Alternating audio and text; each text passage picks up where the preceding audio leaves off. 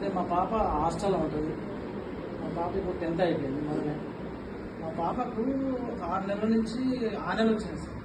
వాళ్ళకి ఆనెలు అని తెలుసా మనందరికీ. ఆనెలు వస్తే నేను ఎయిమ్స్ హాస్పిటల్ తీసుకుపోయినా, Bibinagar, next Owaisi hospital తీసుకుపోయాను హైదరాబాద్. ఎక్కడ పోయినా సీజరింగ్ చేయాలి అని చెప్పింది.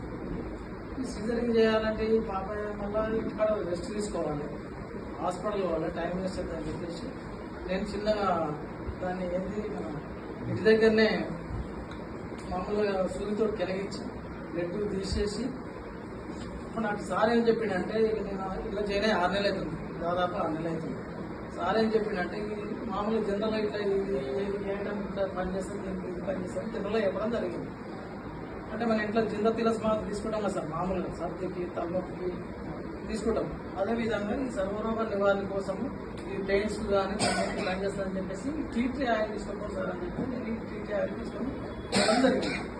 జరిగిన తర్వాత మా పాపకు నేను ప్రాక్టికల్గా ఈ ఆయిల్ అక్కడ ఏదైతే పోసి బ్లడ్ తీసి రెగ్యులర్గా పడుకునేటప్పుడు డే టైం అయితే జర ఇబ్బంది అవుతుందని చెప్పేసి పడుకునేటప్పుడు ఇక అక్కడ ఏదైతే నొప్పిల్లో నొప్పిన కాడ మసాజ్ చేసి ఆయిల్ వేసి మసాజ్ చేసి ఒక వారం రోజుల్లో అట్లా పెట్టడం జరిగింది. అమ్మాయికి ఇస్తే అమ్మాయి కూడా హాస్టల్లో అట్లనే ఫాలో అయింది.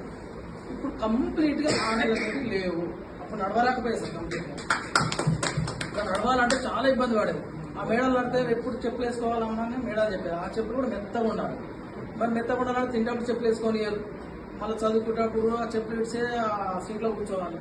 అట్లా అని చెప్పేసి నేను ఈ టీటీ ఆయిల్ వాడటం వల్ల కంప్లీట్గా మా పాపకు ఆనెలు అనేది తగ్గిపోయింది, నార్మల్గా ఉన్నది.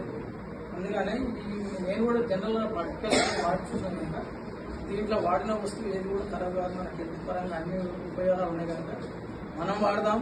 ఎదుటిలో వాడుతుంది వాడిపిస్తే వాళ్ళ ఆరోగ్యంగా ఉంటాం, మనం ఆరోగ్యంగా ఉంటాం.